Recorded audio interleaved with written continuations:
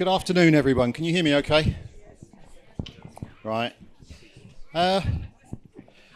Right, well, two years ago, we sat on a stage here, thinking to ourselves, we've had our pitch to talk to the crowd about our regenerative journey and what it involves, accepted, and now we've got to do it. So what are we going to do? It turned out to be so well received, and there were so many questions afterwards, that we thought that perhaps we ought to revise it. And the Cherry family obviously agreed, so here we are. So we ought to start off with some introductions. I'm Ian Davis. I used to farm 14 miles south of here, mixture of arable and beef breeding herd. I also worked for the Environment Agency for 23 years. I retired from farming 14 months ago and moved up to Scotland. So I'll ask the rest of the panel to do a short introduction to themselves, because we're assuming that most of you may not have seen us last time we spoke. So do you want to start, Angus? Yeah, sure. I'm Angus Dalton. I'm a dairy farmer from the Peak District. However, in the last couple of years, I've pretty well stood back from the day-to-day business at home. Left that in the capable hands of my son running the farm, my daughter running the ice cream. Many of you which will have possibly even sampled the ice cream here today. I've moved on and I'm now managing a unit down south, an organic unit, beef and sheep, and very much a regenerative focus on it. But also, interestingly for me, it's opened my eyes to the whole new world of conservation, ecological outcomes, and biodiversity net gain projects. I think the next one on the list was Sam, actually. So yeah, Sam Awdry.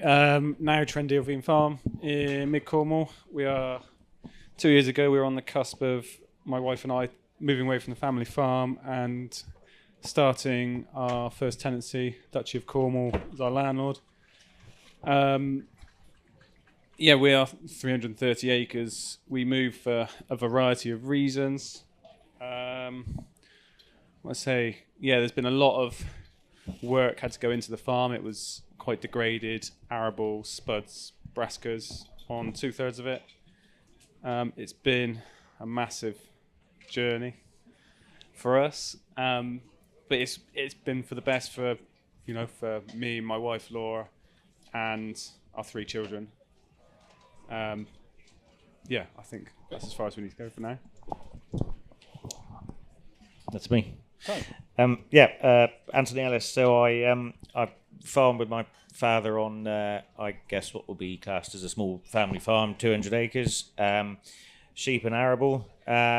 We've got a small, or I guess what's considered a small solar park in today's context of about 35 acres, which the sheep predominantly spend most of their time under, and then the rest of the farm is sort of permanent pasture and arable. And then in my spare time, I also wear a different hat. I work for the Farm Carbon Toolkit as a soil and carbon farm advisor, so that keeps me pretty well occupied for the vast majority of the time. And Karl. So yeah, hi guys. Karl Starkie. I farm on the South Pennines, Yorkshire Lancashire boundary. 70 acres, severely disadvantaged. Like I say in the report, it's keen interest in soil health mainly, and how things is changing, biodiversity and things like that. Down more as a hobby because I work full time. Yeah, that's about it really. Okay. Right. So, what? First question to all of you.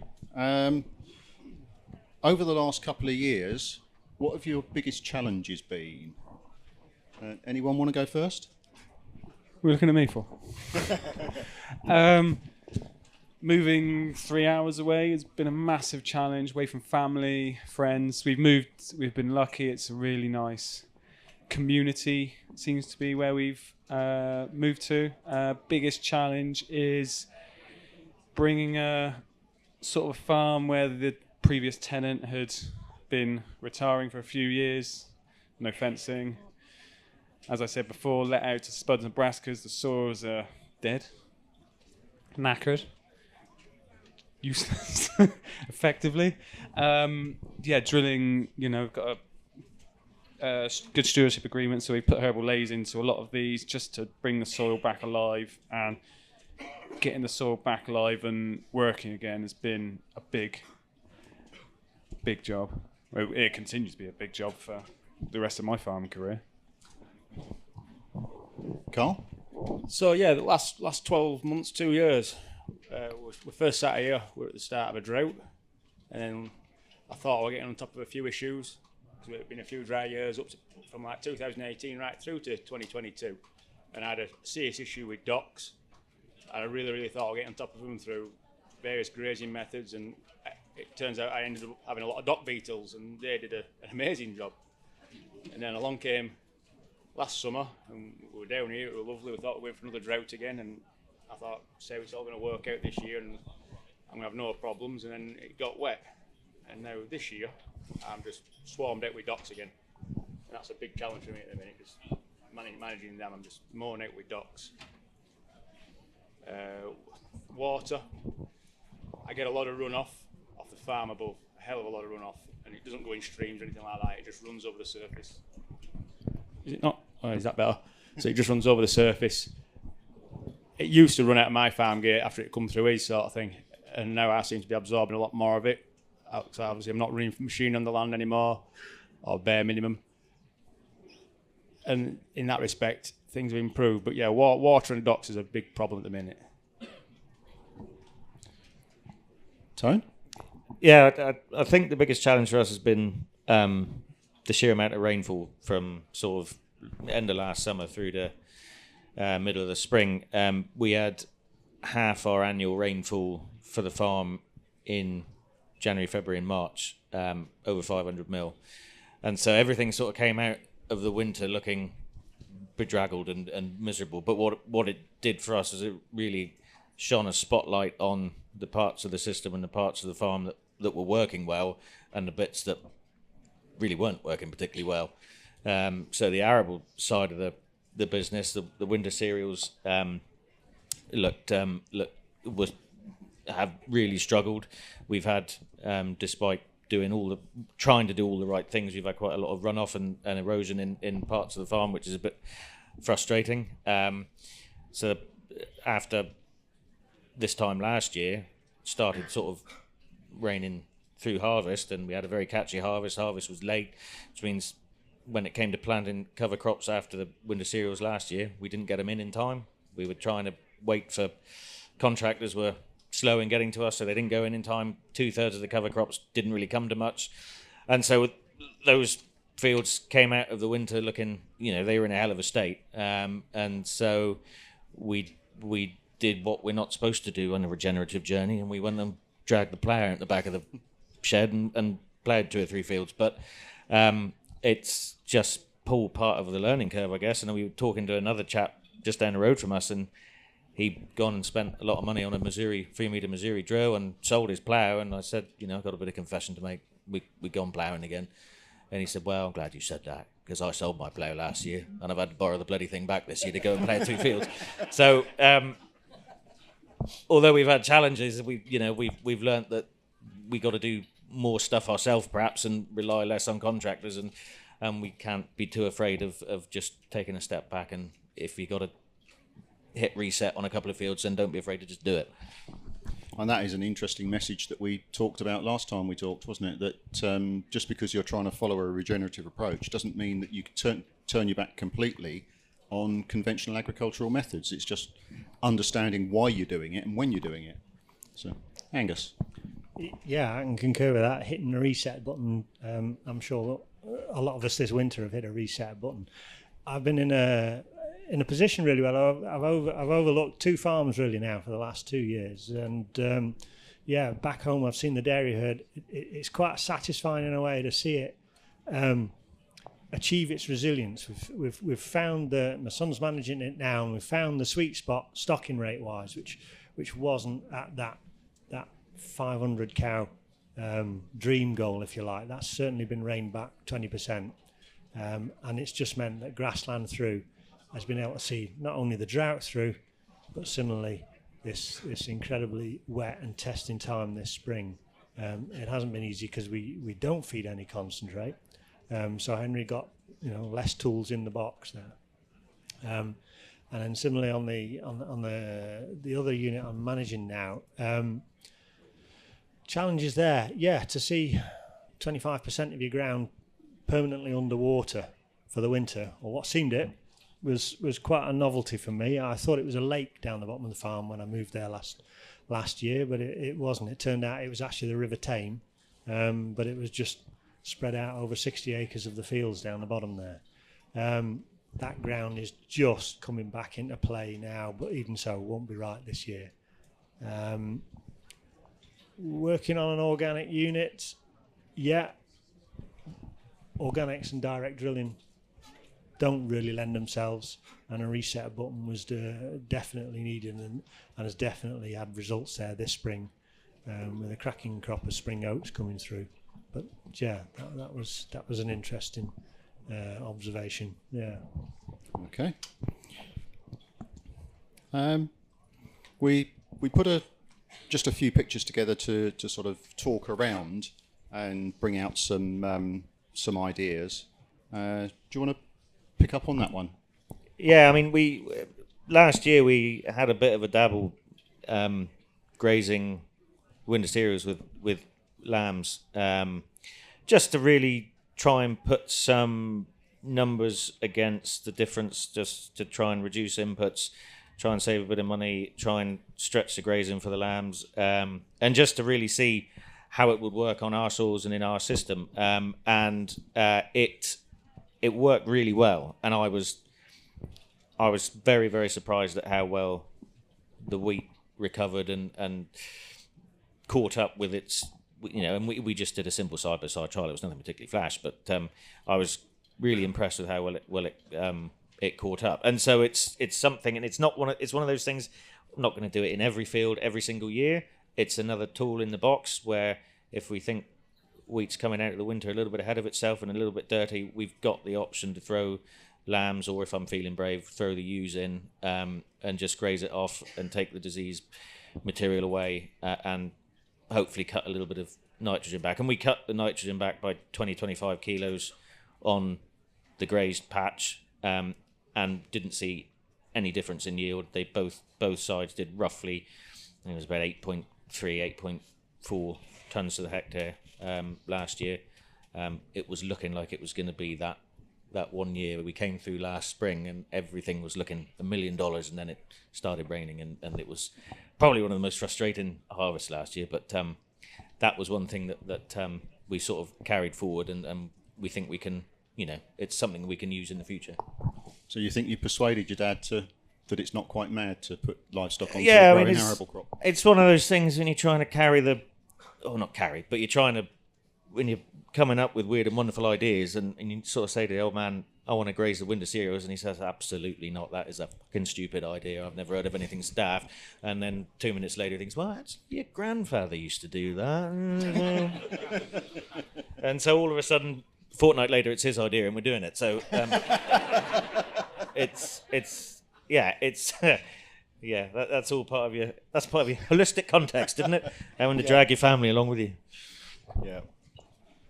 Do you want to make any comment about carbon sequestration? Yeah, I mean, we've been part of a project run by Farm Carbon Toolkit, which is how I kind of ended up working for them, called Farm Net Zero, which basically it's 40 farms across Cornwall that are taking quite a deep dive into their carbon footprint, looking at all their inputs, all their sequestration, all their soil carbon, and trying to get a better understanding of how the carbon cycle works on individual farms and what they can do to start to reduce inputs and start to reduce emissions and start to improve the overall impact of that farm on the environment. So we're in year 3 of the 5 years now. This is just two years, and so for all 3 years so far, on paper we've been net zero or below, which is gratifying.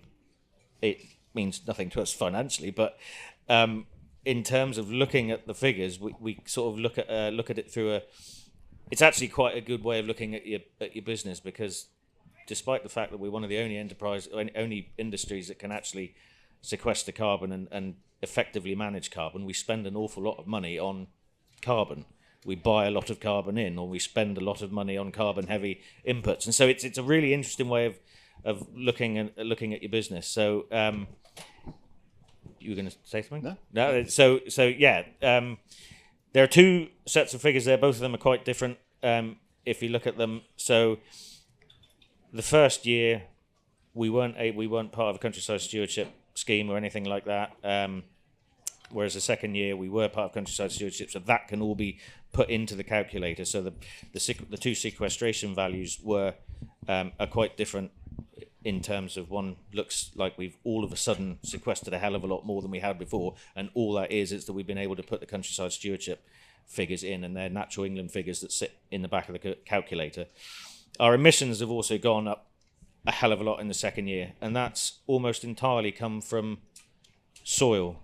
So we had a very, very dry spring last year, and our sampling was done at the end of that dry spell, and the ground cracked and we lost a hell of a lot, and almost all of that loss came from our permanent pasture, which is really eye-opening for us, because, and I put it down to the fact that our permanent pastures were running at about 14% organic matter. So if you think of the cup being absolutely full to overflowing, if you nudge the cup, that's where you're going to get the losses. Whereas the rest of the farm, the temporary pastures and some of the really hard arable ground that's worked really hard, they were down to sort of 3 or 4%. So much less likely to lose that organic matter is the way I looked at it. So yeah, at the end of a hot, dry summer, despite no change effectively in management, we lost a hell of a lot of carbon from soil, which is wildly depressing. Trying to remember whose that one was. Well, that's my herbal lay. Well, I don't know where that one is. It's just an indication of the diversity of pastures that we're aiming for. Talk about herbal lays. I mean, one of the things I've learned this last couple of years is herbal lays. Blooming hard work with dairy cows in a lot of cases. Tall grass, long grass grazing to get that milk quality is hard work, and don't get too hooked up on herbal lays when you've got good permanent pastures, really. Well, a permanent pasture is the epitome of a herbal lay. Absolutely. Isn't it? It's where a herbal lay will get to. If you leave a herbal lay for 10 years, you'll be at permanent pasture. You'll have lost, quite a lot of the pioneer species like the chicory. We're around us, you'll never lose the plantain because it's a weed.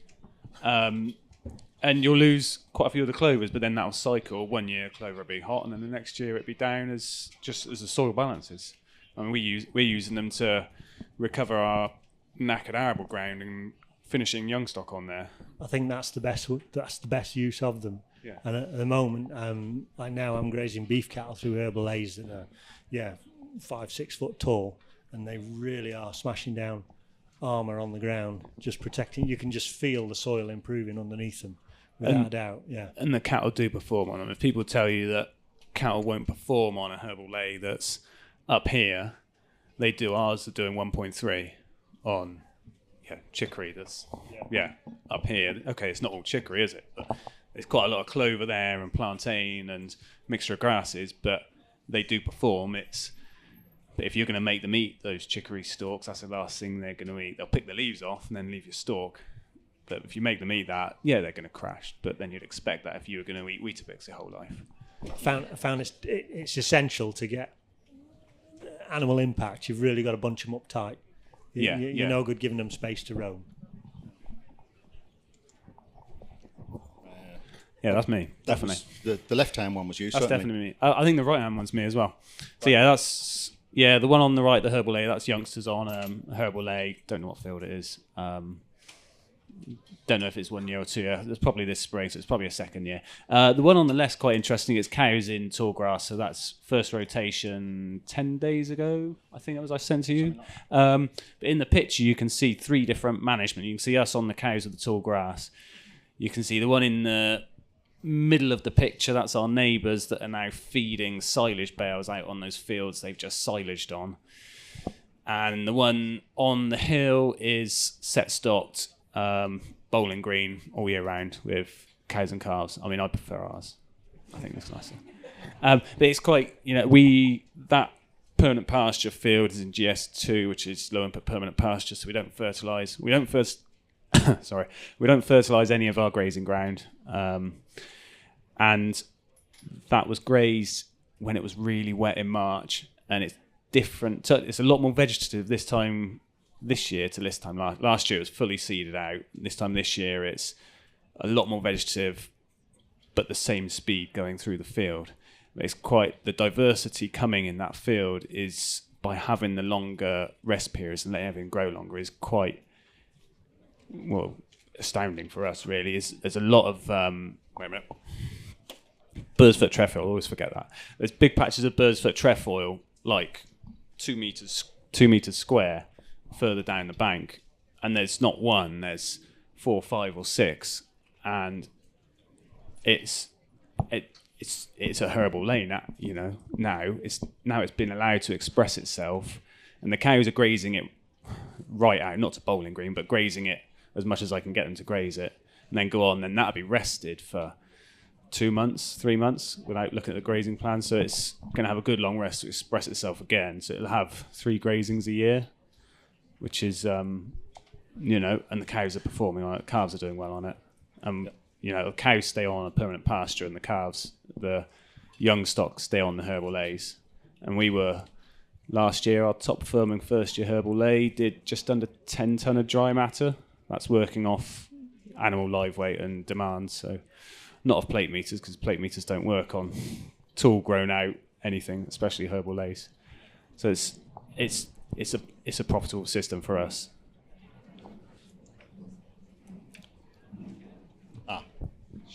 Yeah, well, and this is us putting strip grazing sheep in a herbal lay, and I get told that sheep don't have enough impact. Where we keep them fairly tight, and they'll hammer it down and graze it down. And what they'll do is they'll do the same. They'll strip the chicory of the leaves. Chicory's up here, and they'll strip it of the leaves.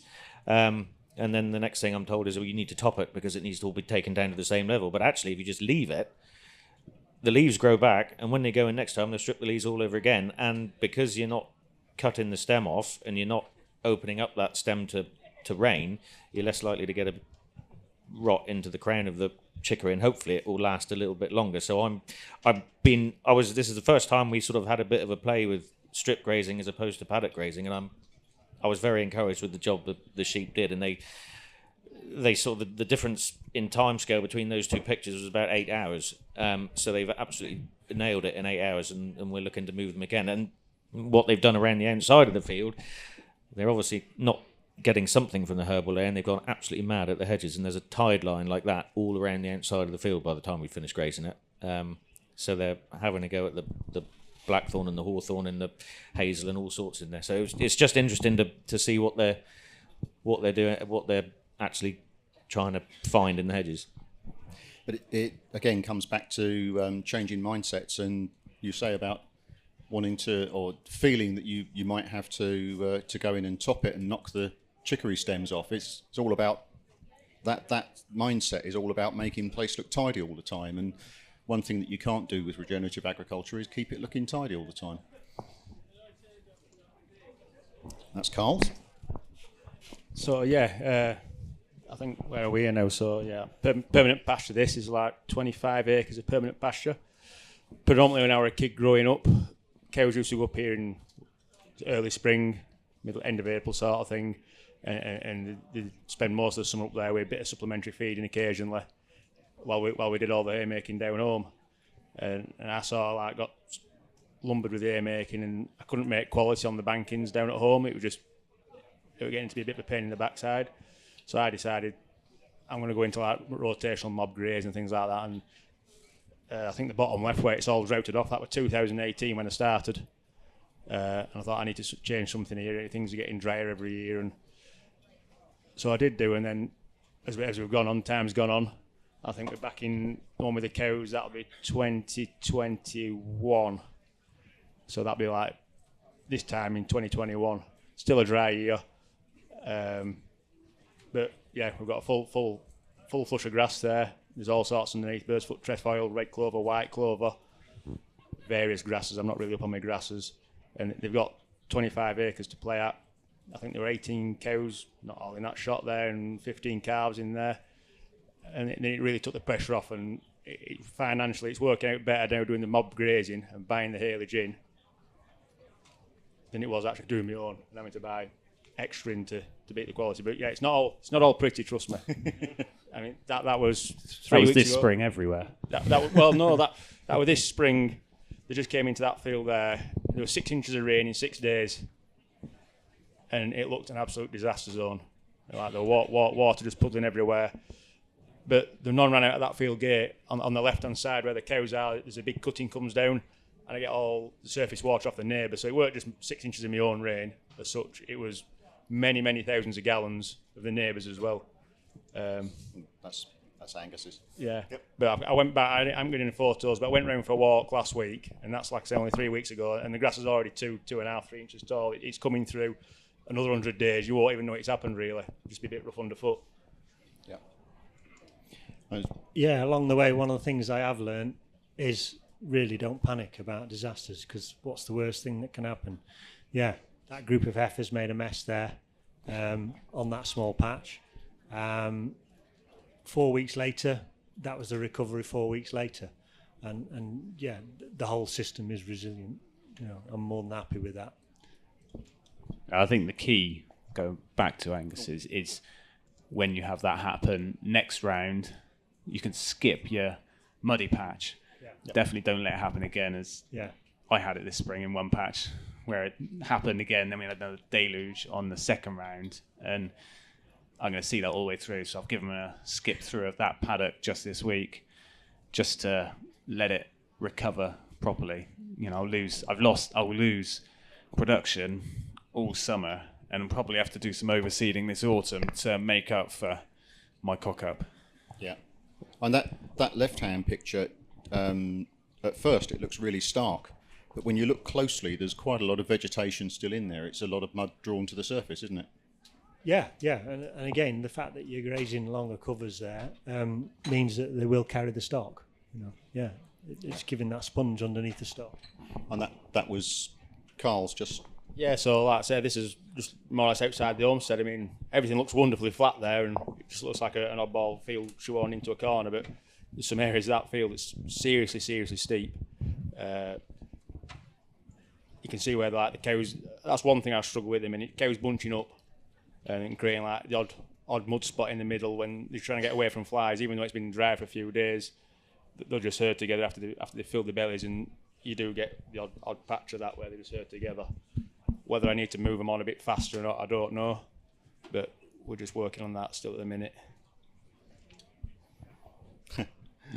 Angus. Yeah, essential kit, really. Electric fencing, you know, wouldn't be without it.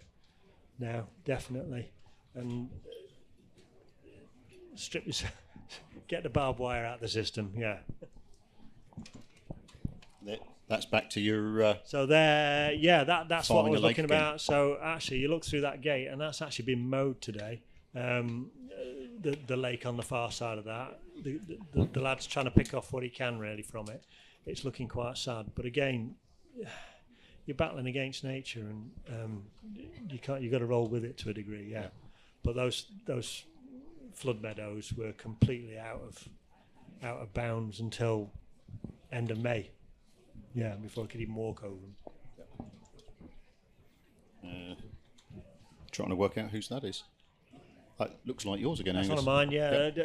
Yeah, young stock again, grazing a herbal lay here, and just trampling it into the ground. That is on a former arable field. The soil, the ground under that is so hard and just unforgiving, really. And yet, I'm just really confident that those stock are going to improve it year on year there now. And I'm feeling quite comfortable about that. Turned a few heads locally. But again, you go back and look at it, actually that was mown last week and made hay on that last week. So, open to questions if anyone's got any particular questions for us, and fire away. Can I just say, if you've got a question, then can you wait for a mic to come to you so that it gets recorded properly?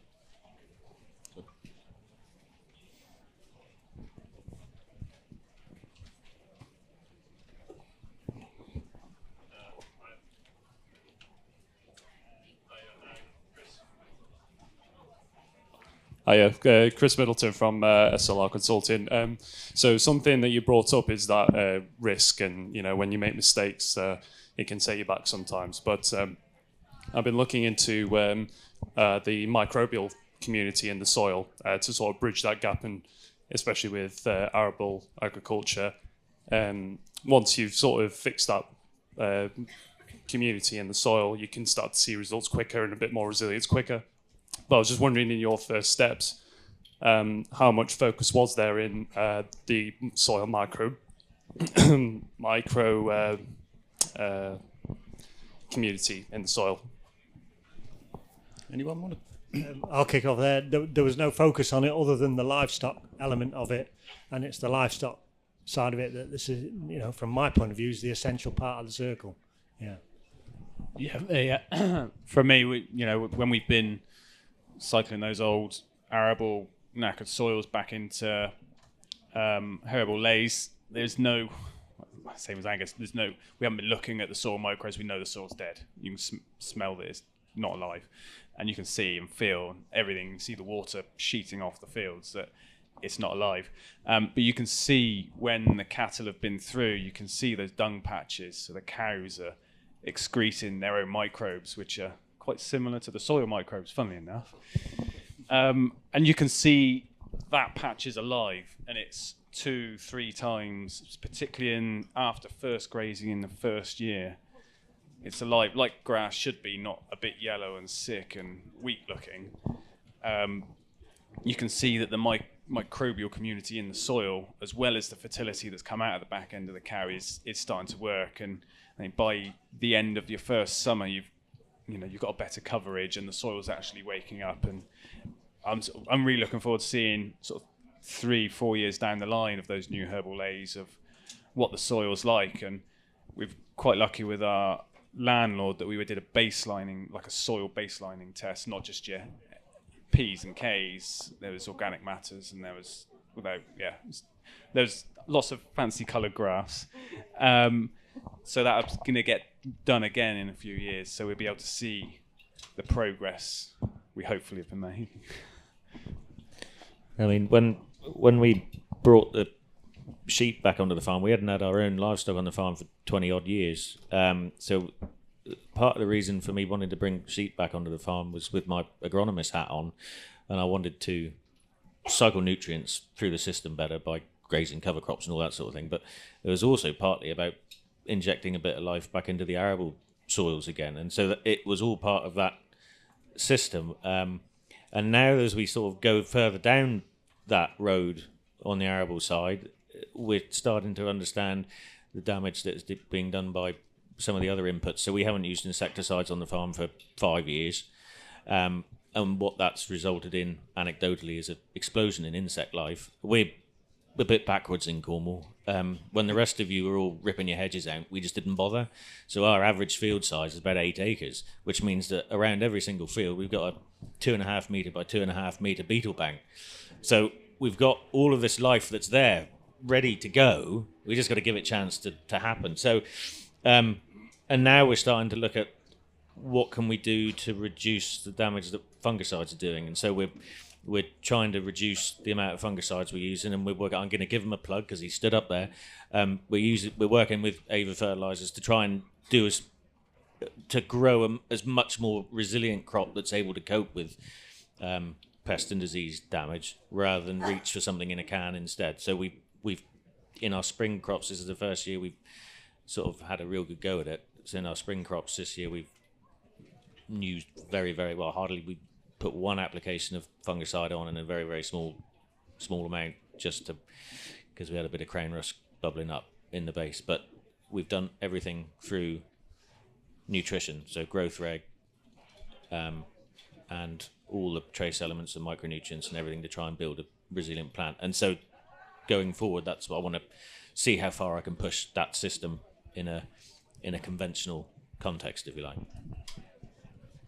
Can we have the mic, please?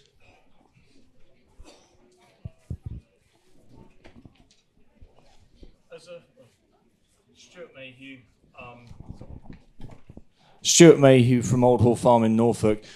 As a third generation farmer and sort of never left home, that's what happens in Norfolk, I'm always in awe at people who just go and start afresh somewhere new.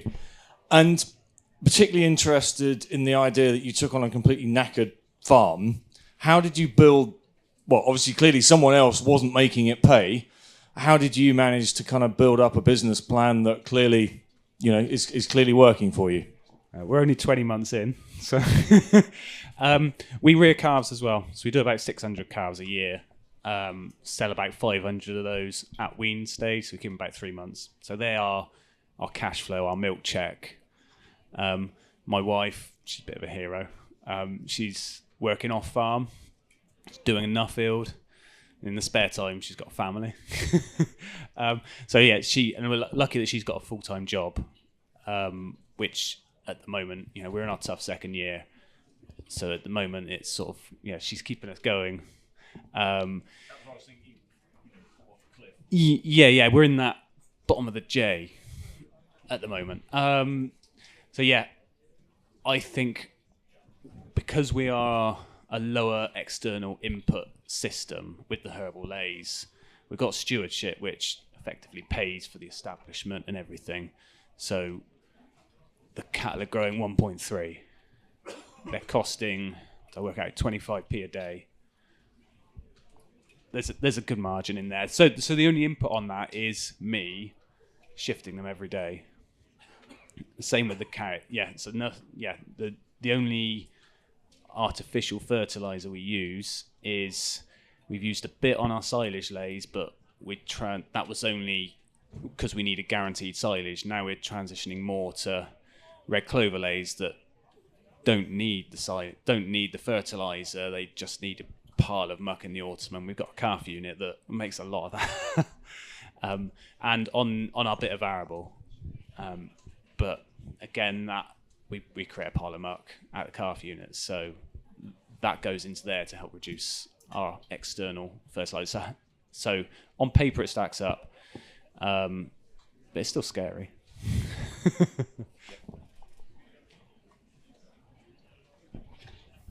Testing. Thanks. I'm Nick from Wild Market. We run a marketplace for regen and organic farmers to sell direct to consumer. I was very tickled by your story, Anthony, about your dad remembering what your grandfather was doing on the winter graze. Have you asked him what else he can remember? Trying to avoid questions like that for him. It's one of those things, and it was the same. It was the same when I said I want our own flock of sheep. He said, not a bloody chance in hell. I got rid of them 20 years ago. I don't want them back. And then a fortnight later, he said, I think we probably ought to have a flock of sheep. So it's, yeah, I mean, like the grazing the cereals, that's just how the granddad used to do it. So they graze them in the spring, graze them into the ground, and then chuck 100 weight of urea on, close the gate and walk away. And it never had anything else. Didn't have fungicides, didn't have insecticides, just that was all they did. So how far can we replicate that, and can we do it without even bothering with 100 weight of urea? Can we just do it with the foliar nutrition and what comes out the back end of the sheep? And so that's sort of the exciting part of what we're doing is how far can we push that system and reduce the amount of bought in things that we need to use. I mean, I'm not going I'm not going to have the argument with Dad about going organic, but because we'll all fall out. But there is scope there to radically, or not radically, but there is scope there to really try and push this system and reduce the deleterious and the harmful products that are being used in exchange for something that's a bit more beneficial and kinder. And one of the things that I heard as an acid test to every decision you make is, would nature object? And that's from the guys at Ava as well, is would nature object? So if the answer is yes, then is there an alternative that you could use? I'll add to that, actually. As what we're doing, it's not rocket science. People have been doing it for a long time, but I think it's important to have your own little on-farm trials that are safe to fail. You've always got to give something a go, and just see what you can get away with, what you can push it to. Yeah. Yeah, that's one of the things that we've discussed amongst ourselves quite a few times online, and throw pictures to each other and see what we think about different things that happen on the farm. And one of the things that we have said is you've got to be constantly pushing the boundaries a little bit. You've got to work out a way that you can safely test things on your own place, because what works for someone else may not work for you. And then share that knowledge and pool the ideas. So I think one of the things that I'll just to quickly, one of the things we don't talk about is the mental health side of things, and the reason Dad leant back in his chair at the dinner table that day and said, I think we probably need some sheep, is actually he's thoroughly enjoyed having sheep back on the farm. And so if you've got a livestock farm and all of a sudden there's no livestock on it, it's not, there's something missing in the landscape and there's something missing to the system, isn't there? And so actually having those sheep back on the farm has been quite cathartic for everybody, because they're a great leveler, because they don't give a shit how you feel or what you think, because they're going to do their own thing, and so everybody's at the same level with sheep.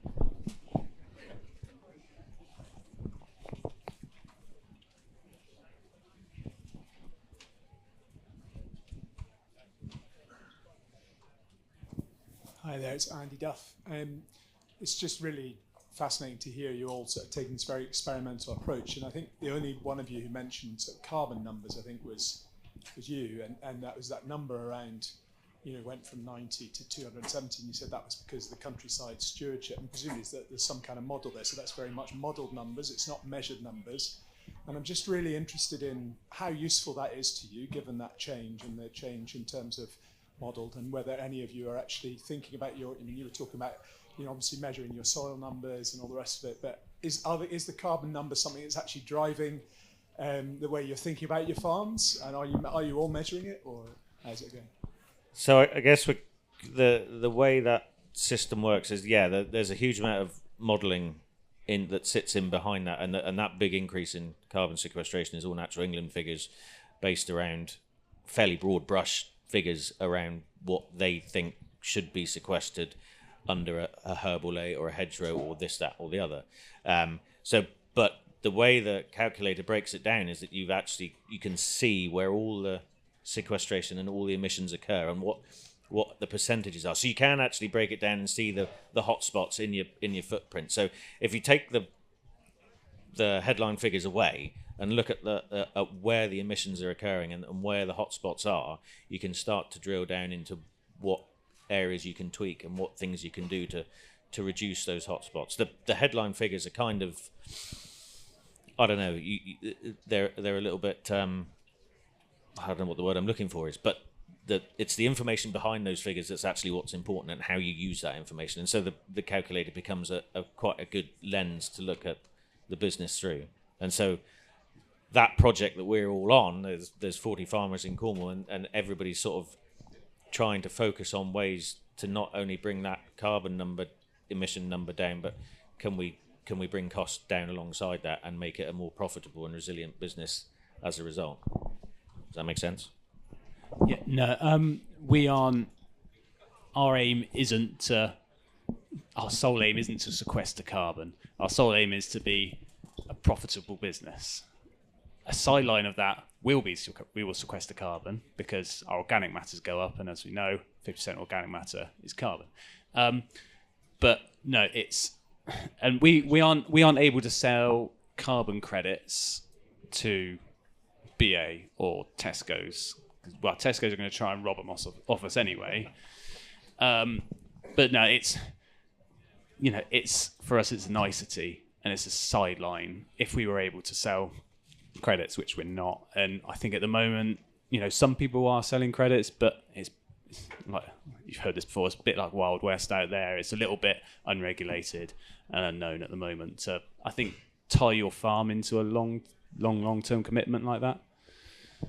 Yeah, you have to be very careful about allowing carbon to drive your decision process on the farm.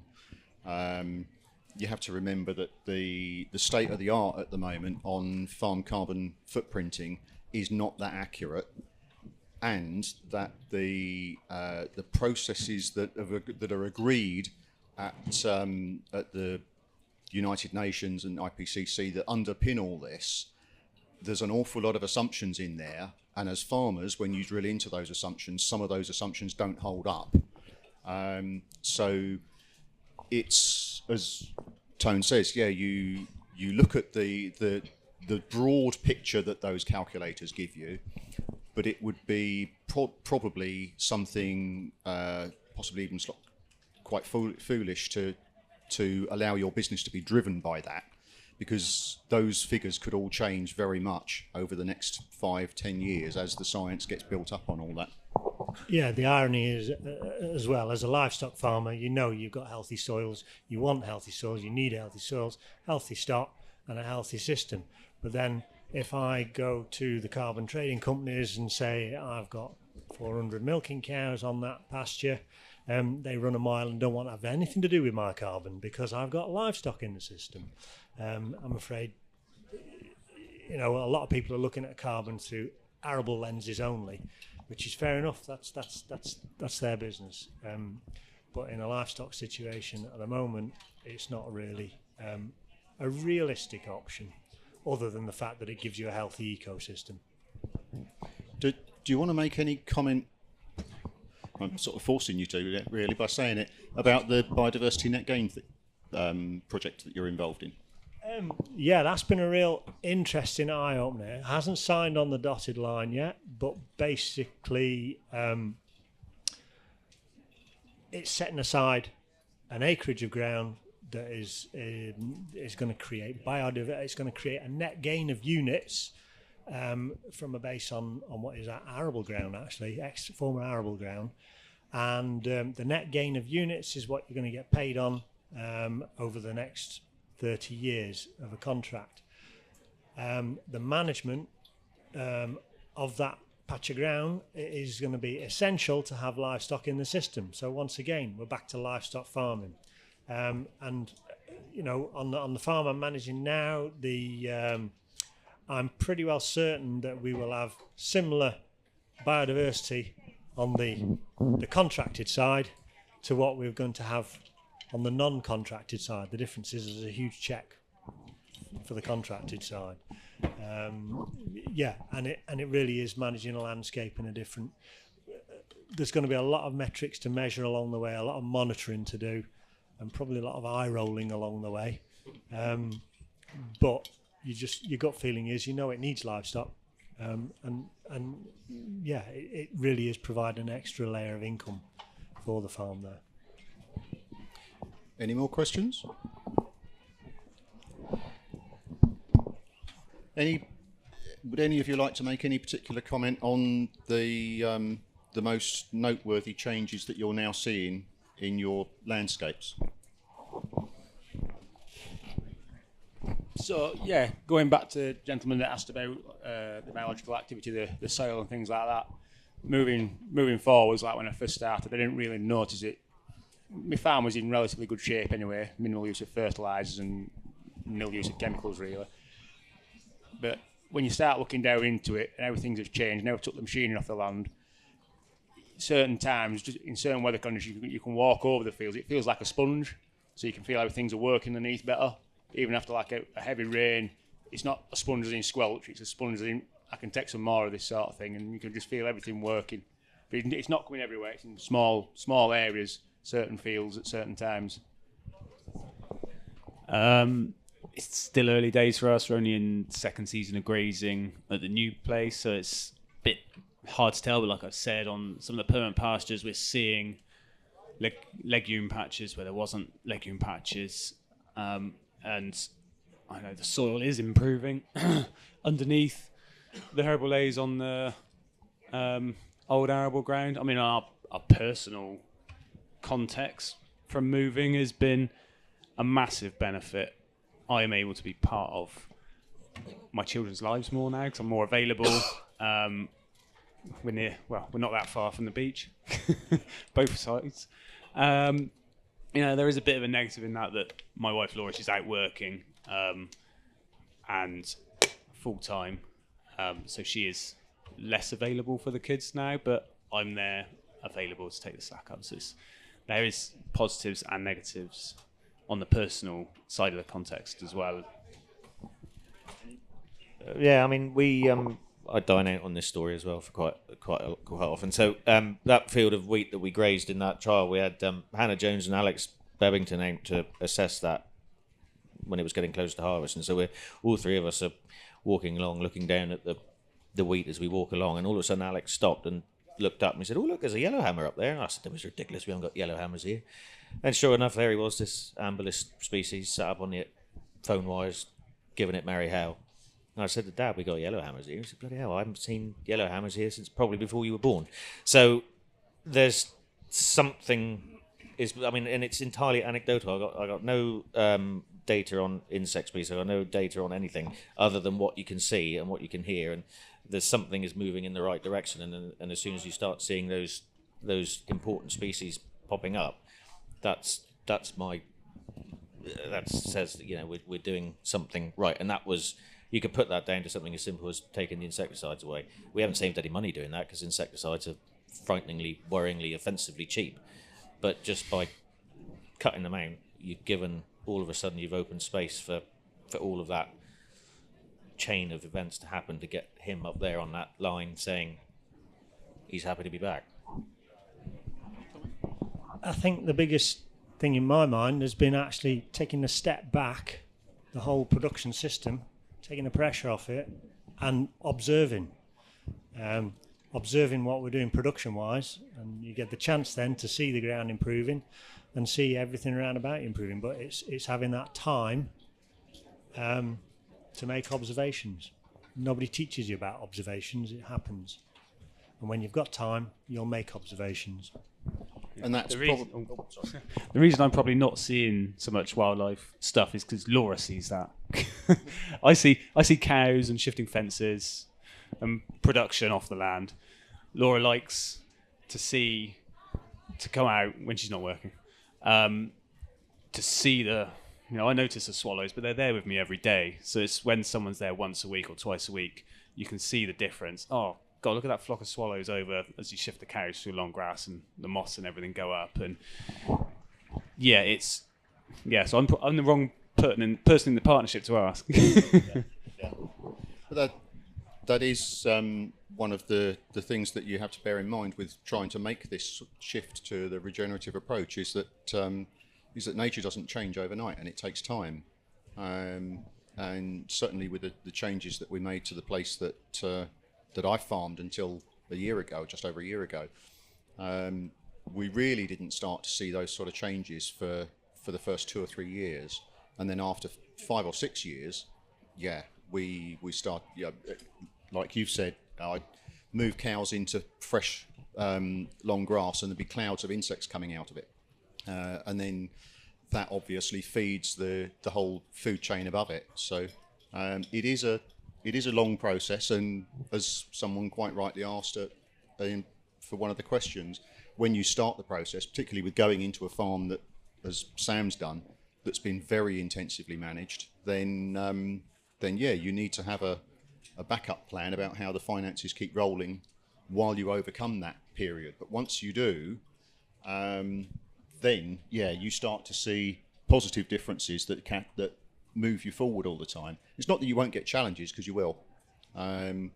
It's just that you start working with nature, and the things start working for you rather than against you more of the time. So I'll draw it to a close at that, I think. Unless there's any other questions. No?